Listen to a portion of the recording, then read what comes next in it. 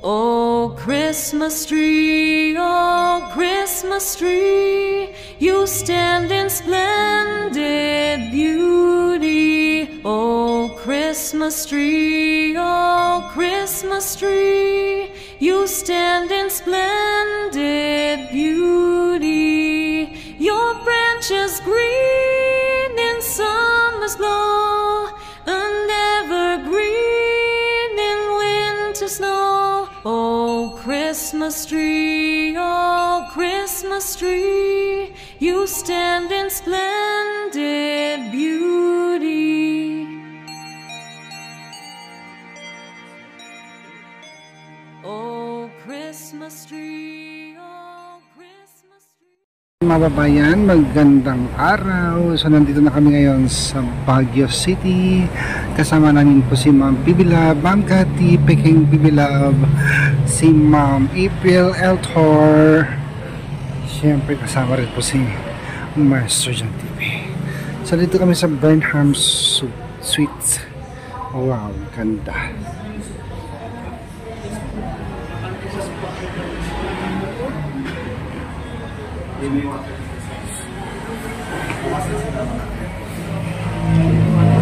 Check-in ngayon guys. Thank you Ma'am Bibilab at sinama niya ako dito sa sa Baguio ulit. Second time around guys. Wow. Ito yung kanilang dining area.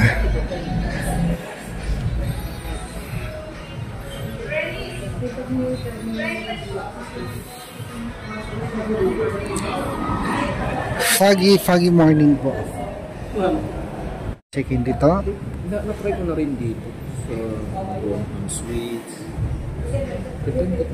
Marami na akong naamang dito. Depende kung ano yung set na usually sa religion. Pag IP culture, magagandang hotel din like this.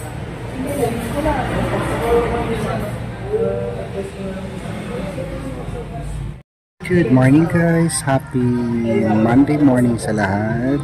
Ayan, kasama na namin sila Sir Paul, Ma'am Yula at si Sir Peter Paul. So andito kami sa Baguio today. Ayan, for Christmas vacation courtesy of Ma'am Bibilab. Siyempre, thank you Ma'am Bibilab. Ano po? Opo, last year wala kami masyado napasyalan mo kasi wala kami inihingal ako.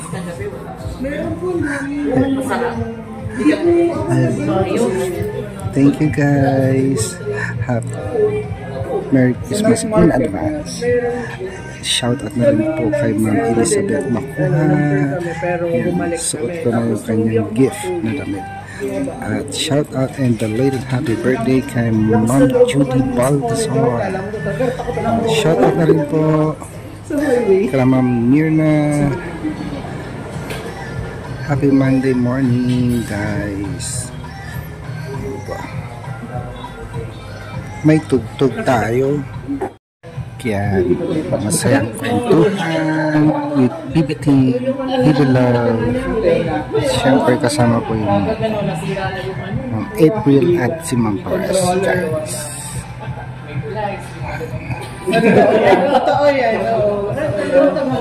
Finally guys, nakasama ko na sa mga salitaang BBT mula noong nagpunta ko ng Davao. Bintana ng bahay natin mapapapang ako doon. Nalululunod tapos punong-puno na yung hindi naman kami makapagpatay kasi gusto mo na matulog mo. Gagawin ni Kuya, hindi yung antay na para ay wala na.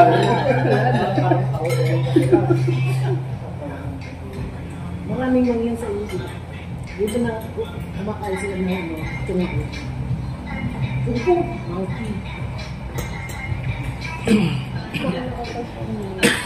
May nakasakay kasi ako rin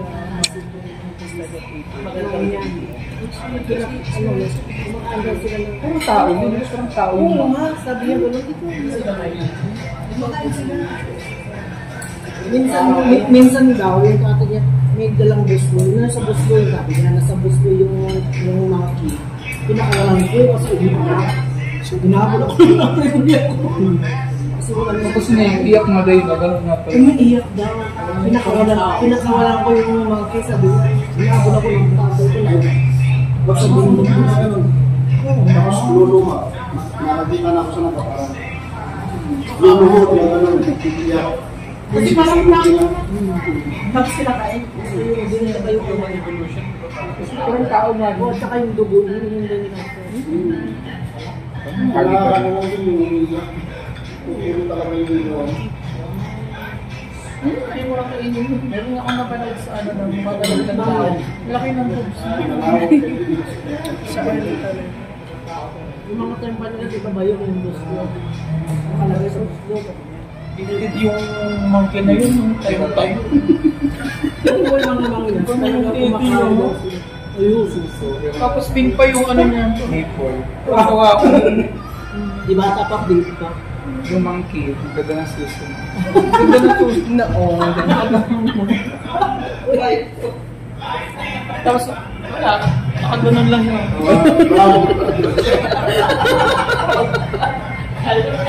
Bila natin ng fry. Pero mo 28 kilometers daw araw-araw na bundok. Takbo na pag nag-aaral sila. Mga tama raw sila din dati. Kumakain sila tapos yung beer. Di ba sa nag-dorin pa sa tama raw, maliit lang yun.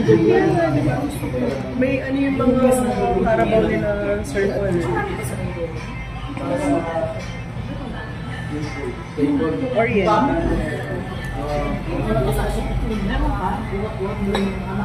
Kung bakit mo, pinakapunta ka na sa kanila. Oh, ganun. Pero naamisa ko sa mga kalabaw sa kanila. Hindi, masungit yung tour na kaganon talaga. Punta ka smile. Di ba yung mga Carabao, ano sila, parang maamo lang, parang makubakan. Dito, sa Bakit June? Ay, ang galing talaga. Ano, Sabi nila, may breed na daw sila ng so, parang yung ganito. Yes naman. Hindi ko naman napansin mo. Maraming ganito. Sabi niya, Masabihan sa akin. Pag mangyan nandun kayo sa iyo. mangya. Oo, sabi niya, alam mo galing yung mga mata namin. Kasi na mata nila, mapuputi naman sila. Sabi niya, tingnan mo yung mata ko, ma. Hindi ko kami mga mangya. Pero totoo, sabi ko sa mga bilang sila din. Ay, tama na. ano na yun, papatayin na kayo. Sabi niya, ganun kasi nagkakaroon mo sila. Ayaw mo kukulamin mo. Tapos kapag nag-ritual mo sila, baliktad na baliktad. Pero ang babait no, ano doon, pag, ano? Anong tawag nila? Parang, merong honesty store doon, di ba? Yung magbayad ka or hindi. Mabait yun. Basta kukuha ka na lang. Opo, wala nagtitinda. Lagay mo lang yung ano, Kinalakihan ko yan eh. kasi matatapang yung mga mangyan. Kaya makakuha ka ng kapatid. Ano ba yan? Sabi ko niya sa Dapat mabait ka pala sa mag-eat. oo.